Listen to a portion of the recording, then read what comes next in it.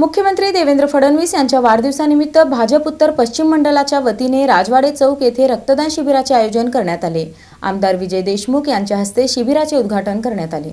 मुख्यमंत्री देवेंद्र फडणवीस यांच्या वाढदिवसानिमित्त भाजप सोलापूर शहर उत्तर पश्चिम मंडळाच्या वतीने आमदार विजय देशमुख यांच्या संपर्क कार्यालय राजवाडे चौक येथे रक्तदान शिबिराचे आयोजन करण्यात आले। आमदार विजय देशमुख यांच्या हस्ते भारत मातेच्या प्रतिमेला पुष्पहार अर्पण करून शिबिराचे उद्घाटन करण्यात आले। यावेळी मंडल अध्यक्ष देवीदास बनसोडे, नगरसेवक अमर पुदाले, नगरसेविका समाधान आवळे, नगरसेविका अलका भवर, देवीदास चेळेकर, आनंद भवर, मोहन डांगरे, अनंत जोशी, सतीश कुदळे, श्रीकांत घाडगे, जगन्नाथ चव्हाण, महेश भोकान, विजयकुमार पालकृतवार, संग्राम काशीद, समर्थ होटकर तसेच भाजपचे पदाधिकारी, कार्यकर्ते, बूथ प्रमुख आणि नागरिक मोठ्या संख्येने उपस्थित होते। यावेळी आमदार विजय देशमुख यांनी रक्तदान हे सर्वश्रेष्ठ दान असून नागरिकांनी अशा समाजोपयोगी उपक्रमात सहभागी व्हावे असे आवाहन केले। या राज्याचे मुख्यमंत्री आदरणीय देवेंद्रजी फडणवीस यांचा 56वा वाढदिवसाच्या निमित्ताने सोलापूर शहर उत्तरच्या वतीने आज रक्तदान शिबिराचं आयोजन आज राज्यभरातून प्रत्येक गावातून प्रत्येक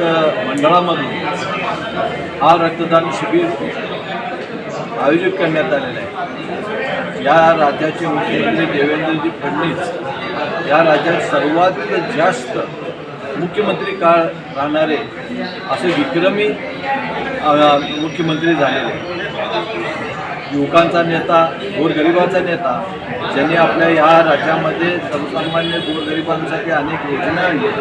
एवढंच नाही तर या राज्यातल्या महिलांसाठी असू द्या, शेतकऱ्यांसाठी असू द्या, कामगारांसाठी असू द्या, घरकुलापासून ते रस्त्यापर्यंतच्या अनेक कामं या राज्याचा विकास व्हावा, विकासाचा दर वाढविण्यात आलं। एवढंच नाही तर या राज्याच्या हाताला बेरोजगारांना हाताला काम मिळावं म्हणून अनेक उद्योगधंदे या राज्यामध्ये आणण्यात आले। असे हे देवेंद्रजी फडणवीसांच्या 56व्या वाढदिवसाच्या निमित्तानं ग्रामदेवशी सिद्धेश्वर त्यांनी प्रार्थना करतो की त्यांना उदंड आयुष्य लाभो, त्यांची कारकीर्द असंच अखंडपणे या महाराष्ट्राला, आम्हाला आणि सर्वसामान्य गोरगरिबांना त्यांच्या कारकिर्दीचा लाभ मिळो। मंडल अध्यक्ष देवीदास बनसोडे यांनीही कार्यकर्ते व नागरिकांनी दिलेल्या उत्स्फूर्त प्रतिसादाबद्दल आभार मानले।